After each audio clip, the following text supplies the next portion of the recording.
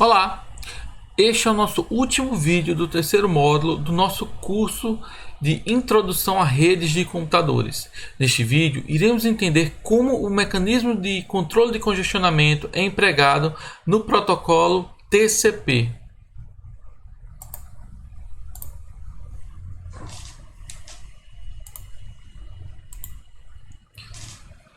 Como dito no vídeo anteriormente, entre as diversas funcionalidades existentes no protocolo TCP está a realização do controle de congestionamento das transmissões.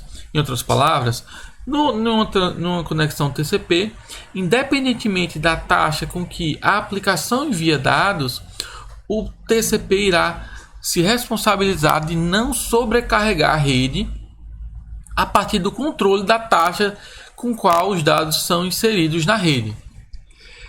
De modo geral, essa abordagem ela se baseia justamente nesse controle, nesse limite da taxa de conexão, certo? Ou seja, o TCP ele avalia a taxa de transmissão possível na rede e fica controlando essa taxa. E aí não importa, a aplicação pode estar enviando quantos dados quiser, que ele não vai conseguir sobrecarregar a rede, certo?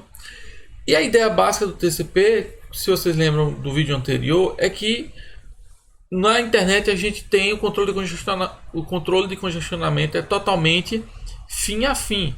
Em outras palavras, isso quer dizer que o protocolo TCP ele não tem controle, ele não tem informação da rede direta se a rede está congestionada ou não. Ou seja, não é a rede que informa para o protocolo TCP que ela está ficando congestionada, mas sim é o TCP que indiretamente faz esse controle.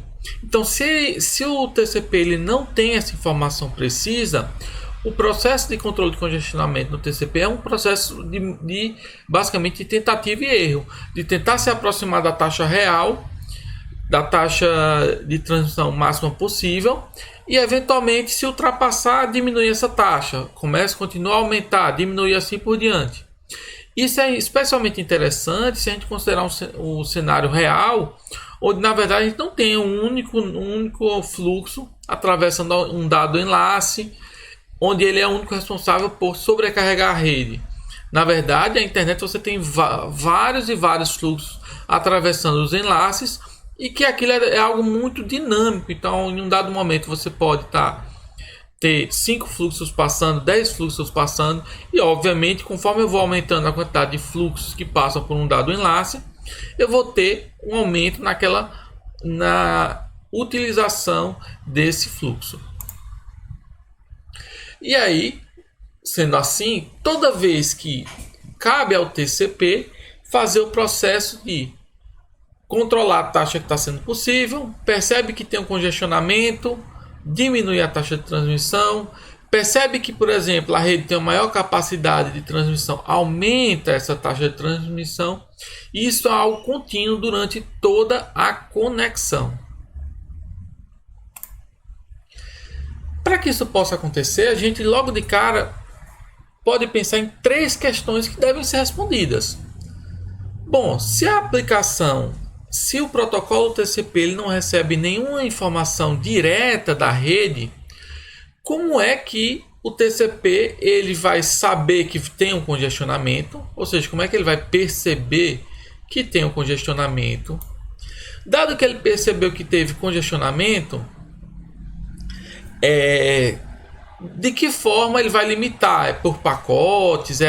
Em cada pacote o tamanho dele? Como é que ele limita?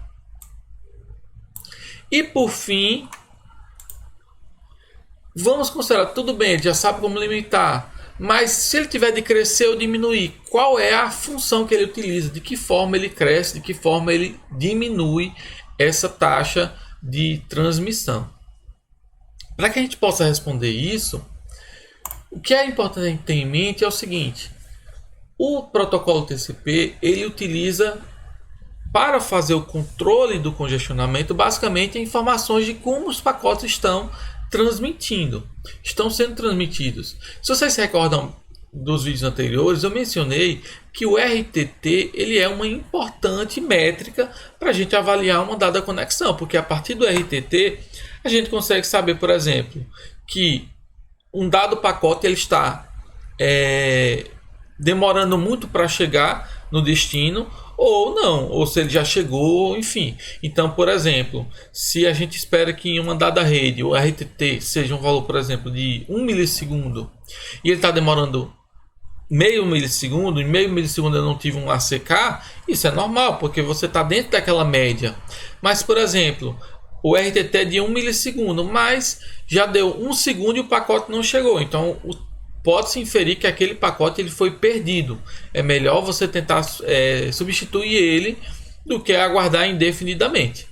Então, o RTT é uma das métricas utilizadas para fazer esse monitoramento. E aí, obviamente, a questão de você também controlar pelos números de sequência, já que através dos números de sequência você pode saber eventualmente se os pacotes estão chegando do outro lado ou não. E aí, o que é que vai acontecer? Para que isso possa acontecer, o TCP ele faz dois tipos de verificação. O congestionamento ele pode ser detectado de duas formas distintas. Ou ele pode ser detectado a partir de 3 ACKs duplicados. Se vocês lembram lá do Go Back N, conforme a confirmação ele se dá no último pacote esperado. Então, mesmo que eu esteja recebendo mais pacotes, eu estou tendo ali, pode eventualmente ter um buraco ali de um pacote que ele se perdeu. Quando isso acontece, ocorre o chamado ACK triplo, 3 ACKs duplicados. Quando isso acontece, o TCP entende da seguinte forma: olha, um pacote se perdeu, eventualmente porque houve um congestionamento momentâneo, mas eu estou chegando dados do outro lado. Então, eu simplesmente diminuo a minha taxa de transmissão, porque eu tenho mais ou menos ideia.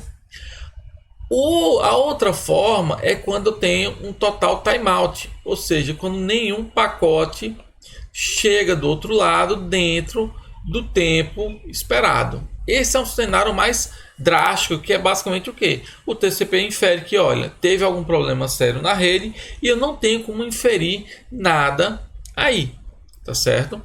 Então, o que vai acontecer é o seguinte: dependendo do tipo de detecção, o TCP ele pode adotar formas distintas de se comportar nos eventos de congestionamento, tá certo?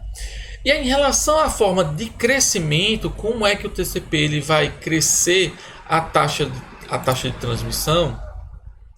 O TCP ele faz o controle da chamada janela de congestionamento, que a gente já mencionou, que é utilizado justamente para saber a quantidade de pacotes que podem estar em transmissão em um dado momento sem a devida confirmação. Então, o que o controle de congestionamento faz é controlar o tamanho dessa janela, tá certo? E aí, de que forma o TCP faz? O TCP adota duas formas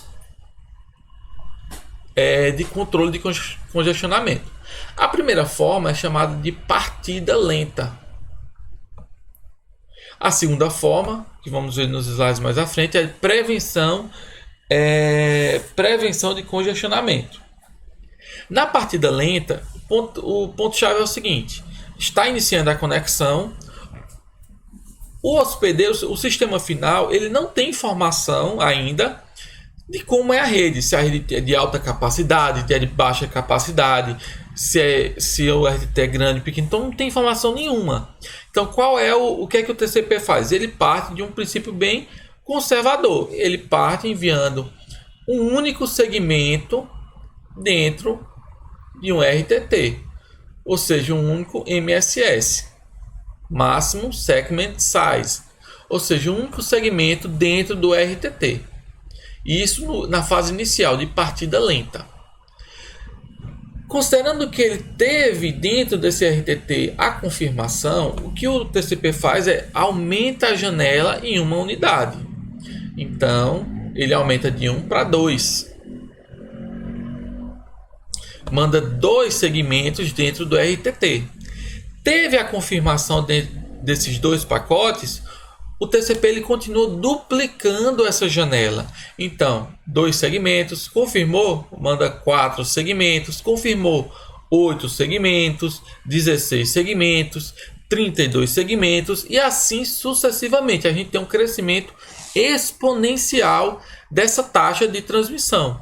Então, a gente está sempre duplicando aí. Obviamente que a gente vai chegar num ponto que você tem vai ter congestionamento, porque vai chegar num limite que vai crescer tanto que vai começar a ter congestionamento. Mas o ponto inicial é justamente essa chamada partida lenta.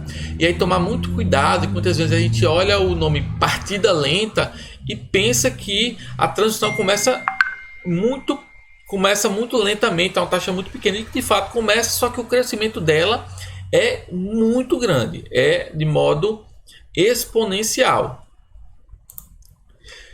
O outro modo, que é o chamado prevenção de congestionamento, vai ocorrer justamente quando o TCP ele perceber que houve um congestionamento. E aí, dependendo da forma de congestionamento que ele perceber, ele pode se comportar de uma forma ou de outra.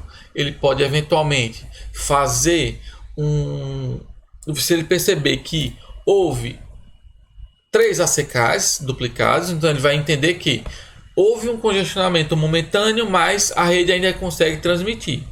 Se houve um timeout, teve um problema sério na comunicação, então é importante eu reiniciar o processo. Então, na prevenção de congestionamento, que é a outra forma, que ela vai ser tomada, vai começar a ser executada quando a partida lenta for executada, o crescimento que vai ocorrer é um crescimento linear. Então, vamos supor que está em 10 MSS, no RTT seguinte vai para 11, para 12, para 13 e assim por diante. Então a gente vai ter esse crescimento aqui bem mais esse início ele não vai ser tão baixo, mas o crescimento dele vai ser bem mais conservador, bem mais lentamente. Por quê? Porque considera-se que a conexão já está chegando no próximo do limite dessa rede.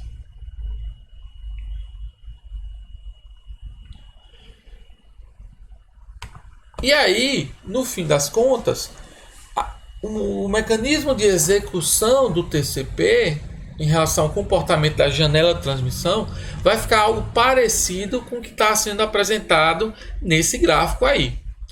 Então, o que é que vai acontecer? Esse aqui já é a janela na prevenção de congestionamento, tá? Então, vamos pensar o cenário. Inicialmente, essa informação SSC Trash seria o valor limite que o TCP está avaliando da rede, tá certo? Ele está avaliando que a rede tem esse valor. Isso não acontece na partida lenta, porque na partida lenta o TCP ainda não tem essa informação, tá certo? Então vamos pensar um cenário inicial aqui, colocar aqui do lado esquerdo desse gráfico aqui, vamos pensar a partida lenta ocorrendo. Começa a transmissão, vai crescer de modo exponencial. Chegou no crescimento exponencial, vamos supor que chegou aqui, nesse momento aqui, houve uma perda. Então vamos supor que aqui ele considerou que seria nesse 16 aqui, onde teve a perda. O que é que o TCP vai fazer? Ele vai chegar e ele vai setar esse valor do SS Trash para metade do valor da janela de quando ele percebeu. Então nesse caso ele setou para 8. O que vai acontecer em seguida vai depender da versão do TCP adotado. Existem várias versões do TCP, só que as duas principais que normalmente são apresentadas é o TCP Tarroi, que é uma versão mais antiga do TCP, e o TCP Reno. No TCP Tarroi, o que vai acontecer é o seguinte, ele vai definir esse excess thresh para a metade, ele volta para 1, a taxa, o tamanho da janela, e começa a crescer de modo da partida lenta. Só que como ele já tem o valor do excess thresh, quando ele chega no excess thresh, ele para a partida lenta e continua já automaticamente da prevenção de congestionamento. Então ele não espera ter um novo congestionamento. Então a partir daí ele passa a crescer de modo linear.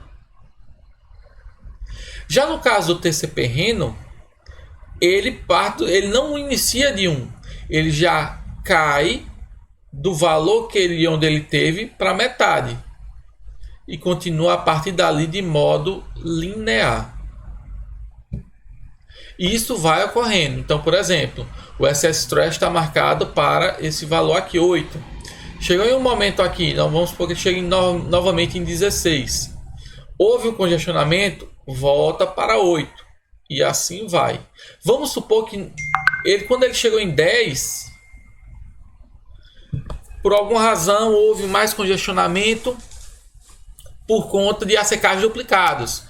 Foi detectado que aumentou a demanda na rede, então houve um congestionamento em 10. Então no TCP Reno ele chega aqui e se a janela é 10, ele diminui para metade, então cai para 5.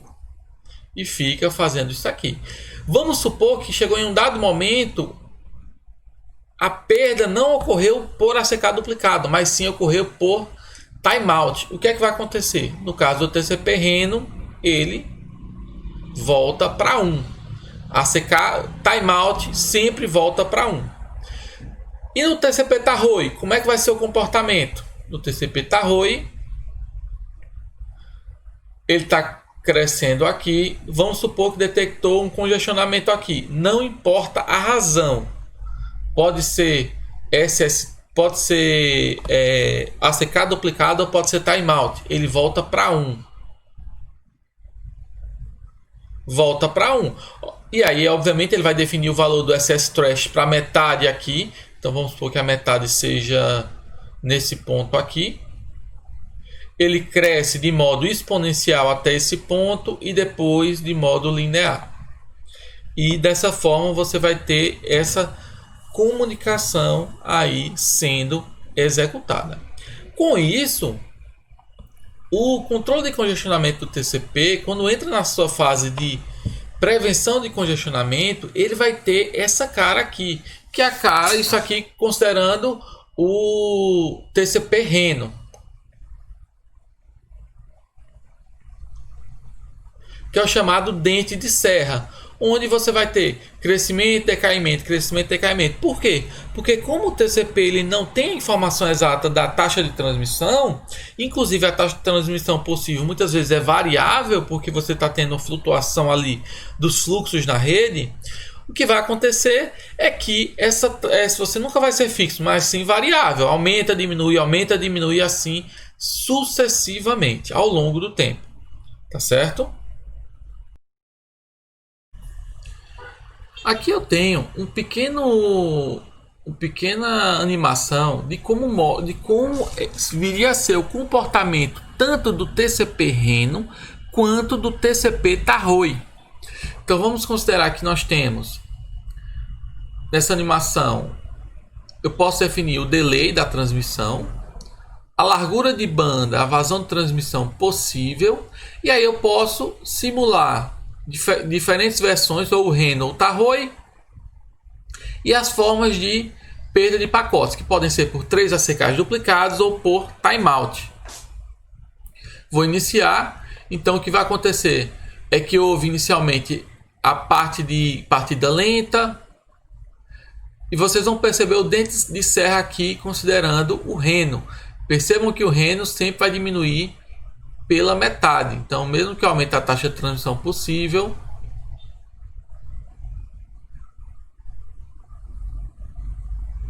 eu vou ter esse dentezinho de serra acontecendo a todo momento.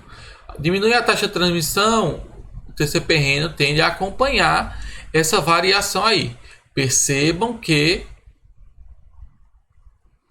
essa variação, quando ele cai pela metade, pelo dentezinho de serra. Se ocorrer um ACK, triplo, vamos supor que mesmo que ele estiver no meio do aumento da janela, ocorreu. Ele já diminui ali, ele sai diminuindo. Por outro lado, vamos supor que ocorreu um timeout. Então ele vai começar do zero. Ele volta para o zero. E aí ele cresce novamente, só que na partida lenta. Olha só, vou gerar novamente um timeout.